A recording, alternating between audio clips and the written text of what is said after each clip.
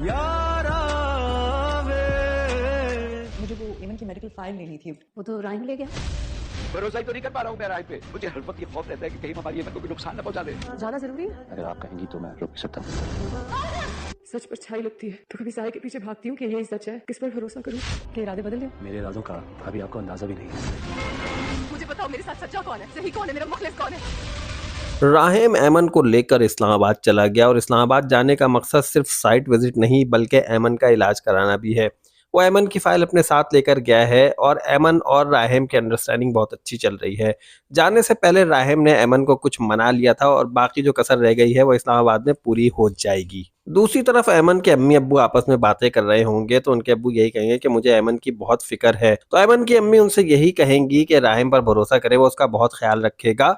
तो यहाँ पर उसके वालिद यही जवाब देंगे कि मुझे उस पर भरोसा ही तो नहीं हो रहा है, पता नहीं मेरी बेटी किस हाल में होगी। इस्लामाबाद में राहिम ऐमन की तमाम फरमाइशें पूरी करता हुआ नजर आएगा और साथ साथ इलाज के लिए डॉक्टर से अपॉइंटमेंट भी ले लेगा।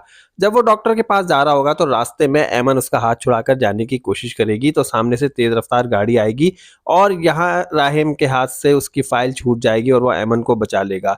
लेकिन क्या उसके डॉक्यूमेंट्स कंप्लीट मिल पाएंगे नहीं मिल पाएंगे तो आने वाली एपिसोड में ही पता चलेगा। और इसी फाइल की तलाश में कराची में बैठी मैडम आफिया पहुंचेंगी ऐमन के घर और उनके अम्मी अब्बू से यही कहेंगी कि ऐमन के इलाज की जो फाइल है वो जरा मुझे दीजिएगा। तो यहाँ ऐमन की अम्मी यही बताएंगी कि वो तो हमसे राहिम ले गया और यहाँ पर आंटी आफिया को पड़ेगा 440 वोल्ट का झटका। राहिम जब इस्लामाबाद में ऐमन को एक्सीडेंट से बचाएगा तो ऐमन यही सोचेगी कि ये शख्स मुझे अगर मारना चाहता तो पहले भी मार सकता था और अभी इसके पास तो बहुत अच्छा मौका था, एक्सीडेंट का बहाना करके मेरी मौत हो सकती थी लेकिन इसने मुझे बचा लिया, इसका मतलब है कि ये शख्स मुझे मारना नहीं चाहता। तो वो परेशान होकर उससे यही पूछेगी कि आखिर मुझे बताओ कि मेरे साथ लॉयल कौन है और कौन ऐसा है जो मेरे खिलाफ है। तो उसे राहिम बताने की कोशिश करेगा कि कम से कम वो तो उसके खिलाफ नहीं है और अभी वो ये सारी बातें उसके सामने नहीं खोलेगा कि असल में उसका मुजरिम कौन है।